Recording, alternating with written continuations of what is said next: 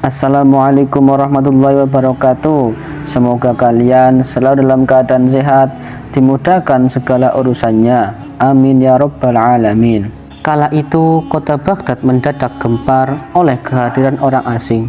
Persoalannya bukan pada orangnya, melainkan orang asing tersebut tidak mempercayai adanya Tuhan. Bukan hanya itu, ia juga menantang orang-orang muslim berdebat mengenai adanya Tuhan. Kabar ini pun sampai ke telinga baginda Raja Harun ar-Rasyid. Karena dianggap bikin resah masyarakat, orang asing ini lalu dipanggil ke istana. "Apa tujuanmu membuat onar di negeri kami?" tanya baginda Raja. Orang asing ini pun menjawab, "Untuk apa mengakui bertuhan kalau tidak bisa menjawab pertanyaanku?" Kemudian baginda Raja pun bertanya kembali, "Apakah kamu tidak percaya adanya Tuhan?" Dengan tegas orang itu pun menjawab, "Tentu saja saya tidak percaya dengan adanya Tuhan, dan saya juga tidak percaya dengan adanya akhirat." Mendengar itu, baginda Raja sempat terkejut. "Tapi saya dan rakyatku percaya adanya Tuhan, berarti keyakinan kita berbeda. Jadi jangan ganggu rakyatku," tegas baginda Raja. "Kalau Paduka Raja percaya dengan adanya Tuhan, bisakah Paduka menjawab 3 pertanyaanku?" tanya orang tersebut. "Silahkan," balas baginda Raja. Pertanyaan pertama, orang Islam meyakini bahwa dunia dan seisinya adalah ciptaan Allah. Lalu, siapakah yang menciptakan Allah? Bukankah sesuatu yang ada pasti ada penciptanya? Pertanyaan yang kedua, katanya di dalam surga manusia tidak akan bergerak ataupun kencing, sedangkan mereka makan dan minum setiap hari. Bagaimana mungkin ini bisa terjadi? Padahal segala sesuatu yang akan dimasuki pasti akan keluar, entah itu dengan bentuk yang lain. Dan pertanyaan yang ketiga, orang Islam meyakini kalau setan terbuat dari api, tapi katanya setan akan disiksa dengan api neraka. Mana mungkin bisa api bisa menyakiti api? Mendengar pertanyaan orang asing itu, baginda Raja hanya terdiam. Bisa saja ia menjawab berdasarkan hadis dan Al-Quran, tapi karena yang dihadapi adalah orang yang tidak percaya Tuhan, maka menjawabnya harus dengan logika. Kemudian salah satu menterinya membisikkan kepada baginda Raja, "Paduka, kalau soal beginian serahkan saja pada Abu Nawas. Dia pasti bisa mematahkan argumen orang itu." Baginda Raja menyetujui usulan menterinya, maka dipanggillah Abu Nawas ke istana. Singkat cerita, Abu Nawas pun datang menghadap baginda Raja. Ia lalu mempersilahkan duduk di sampingnya. "Ada apa Paduka? Kenapa tiba-tiba memanggil hamba?" tanya Abu Nawas. "Begini Abu Nawas, orang asing ini tidak percaya adanya Tuhan dan dia mengajukan 3 pertanyaan, tapi jawabannya harus masuk akal," ujar baginda Raja. Sekilas Abu Nawas menatap orang asing tersebut. "Oh, ini orangnya yang bikin gempar kota Baghdad," pikir Abu Nawas. Abu Nawas lalu menghampiri orang asing itu dan duduk tepat di hadapannya. "Silahkan, apa yang ingin kamu katakan?" ucap Abu Nawas. Dengan penuh rasa percaya diri, orang asing tersebut memulai pertanyaannya. "Anda sebagai orang muslim tentu percaya bahwa segala sesuatu, baik yang terlihat maupun tidak terlihat, pasti ada yang menciptakan?" "Iya, tentu saja saya percaya," jawab Abu Nawas.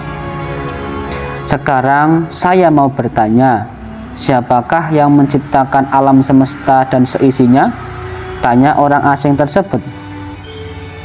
"Yang menciptakan alam semesta dan seisinya adalah Allah Tuhan saya," jawab Abu Nawas. Oh, baiklah. Lalu siapakah yang menciptakan Allah? Bukankah tadi Anda mengakui bahwa segala sesuatu baik yang terlihat maupun yang tidak terlihat pasti ada yang menciptakan? Tanya orang tersebut kembali. Sejenak Abu Nawas terdiam. Ia pun lalu berkata, Anda pasti tahu kalau kami selaku orang Islam mengakui hanya ada satu Tuhan. Kita istilahkan saja Tuhan dengan angka 1. Sekarang gantian, aku yang bertanya.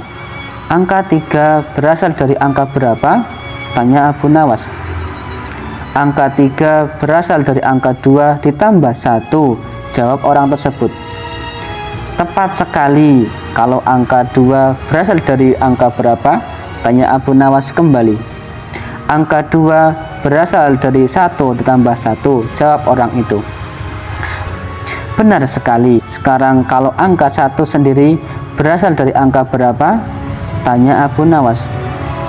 Orang itu pun kaget dengan pertanyaan tersebut. Ia hanya terdiam, tidak bisa menjawabnya. Kemudian Abu Nawas berkata kembali, pada intinya semua angka pasti ada awalnya. Entah itu angka 5, angka 4, ataupun angka 5. Dan angka-angka tersebut diibaratkan alam semesta ciptaan Allah. Apabila kamu bertanya siapa yang menciptakan Allah, sama halnya saya bertanya dari mana angka 1 itu ada.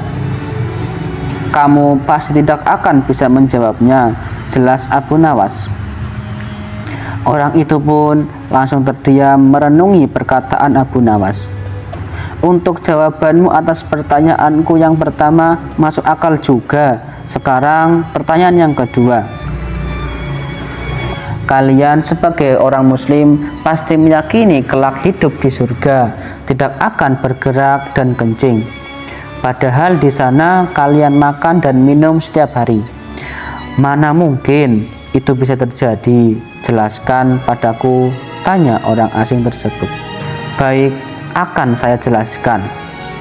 Selama kamu dalam kandungan rahim ibumu, tentunya kamu makan dan minum bukan karena menurut ilmu medis. Seorang janin memakan sesuatu yang dimakan ibunya. Lalu ketika kamu dalam kandungan ibumu selama 9 bulan, apakah kamu pernah berak ataupun kencing ataupun kedua kalinya? Pertanyaan orang asing itu pun dijawab dengan mudah oleh Abu Nawas. Baik, jawabanmu masuk akal. Sekarang pertanyaan terakhir. Kalian sebagai orang muslim pasti meyakini kalau setan terbuat dari api dan neraka juga terbuat dari api. Tapi yang membuat saya heran, katanya setan akan disiksa dengan api neraka. Mana mungkin api bisa menyakiti api? Itu hal konyol yang pernah saya dengar, ujar orang asing tersebut. Bisakah kamu menjelaskan? Tanyanya kemudian.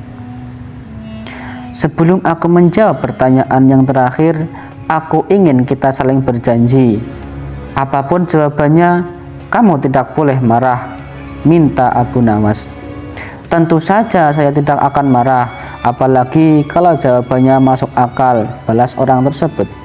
Tiba-tiba Abu Nawas menampar pipi orang asing itu sangat keras. Baginda Raja dan orang-orang yang hadir terkejut dibuatnya. Hai, apa-apaan ini? Kalau tidak bisa menjawab, jangan emosi, apalagi sampai main pukul kayak gini, protes orang asing tersebut. Siapa yang emosi? Itu tadi adalah jawaban saya. Apakah tadi kamu merasakan sakit? Tanya Abu Nawas. Tentu saja sakit, jawab orang itu sambil memegang pipinya. Coba kamu perhatikan tangan saya. Bukankah tangan saya terbuat dari tulang dan daging? Begitu juga dengan pipikmu. Tapi ketika tangan saya ini tamparkan ke pipi kamu, kamu langsung kesakitan. Itulah gambaran sederhana kalau api neraka bisa menyakiti setan. Setan pasti akan merasa kesakitan meskipun ia sama-sama terbuat dari api, kata Abu Nawas menjelaskan. Orang tersebut Lalu terdiam, ia tak bisa membantah argumen Abu Nawas. Sementara Baginda Raja dan orang-orang istana kagum atas kecerdikan Abu Nawas. Sampai di sini dulu perjumpaan kita. Semoga Anda terhibur. Wassalamualaikum warahmatullahi wabarakatuh.